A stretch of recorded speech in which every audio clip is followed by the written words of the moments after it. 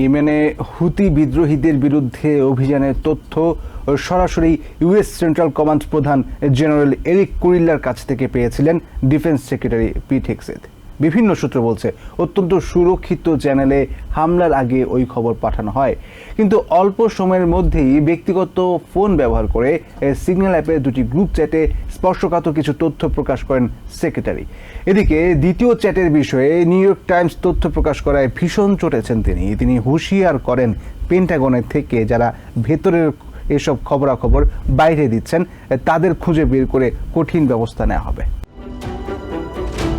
অ্যাটলান্টিকের chief editor Jeffrey গোল্ডবার্গের সূত্র ধরেই মার্চের মাঝামাঝি ইয়েমেনে হুতি বিদ্রোহীদের বিরুদ্ধে বিমান হামলার তথ্য ফাঁসের খবরটি প্রথমে প্রকাশ্যে আসে। সে সময় ন্যাশনাল সিকিউরিটি অ্যাডভাইজার মাইকেল ওয়ালসকে দায়ী করা হয়, কারণ তার ভুলেই জেফ্রি হাইলি ক্লাসিফাইড গ্রুপে যুক্ত হয়ে যান। কিন্তু নিউ ইয়র্ক টাইমস সম্প্রতি খবর দিয়েছে সিগন্যাল অ্যাপ ব্যবহার করে ডিফেন্স সেক্রেটারি পিট হেগসেথও ওই একই দিন আরেকটি গ্রুপে হুতিদের বিরুদ্ধে অভিযানের তথ্য প্রকাশ করেছিলেন। স্ত্রী জেনিফার ছাড়াও সেই গ্রুপে ভাই ফিল হেগসেথ এবং তার ব্যক্তিগত আইনজীবী টিম পার্লারেটরকে যুক্ত করা হয়। এর আগে হুতিদের বিরুদ্ধে অভিযানের তথ্য সরাসরি ইউএস সেন্ট্রাল কমান্ড প্রধান জেনারেল এরিক কুরিলার কাছ থেকে পেয়েছিলেন ডিফেন্স সেক্রেটারি। এনবিসি নিউজ সূত্রের বরাতে বলছে অত্যন্ত সুরক্ষিত চ্যানেলে হামলার আগে ওই খবর পাঠানো হয়, কিন্তু অল্প সময়ের মাঝেই ব্যক্তিগত ফোন ব্যবহার করে সিগন্যাল অ্যাপের দুটি গ্রুপ চ্যাটে স্পর্শকাতর কিছু তথ্য প্রকাশ করে দেন হেগসেথ। এদিকে দ্বিতীয় চ্যাটের বিষয়ে নিউ ইয়র্ক টাইমস তথ্য প্রকাশ করায় ভীষণ চটেছেন সেক্রেটারি। ফক্স নিউজকে তিনি জানিয়েছেন, পেন্টাগনে থেকে যারা ভেতরের এসব খবরাখবর বাইরে দিচ্ছেন তাদেরকে খুঁজে বের করে কঠিন ব্যবস্থা নেওয়া হবে।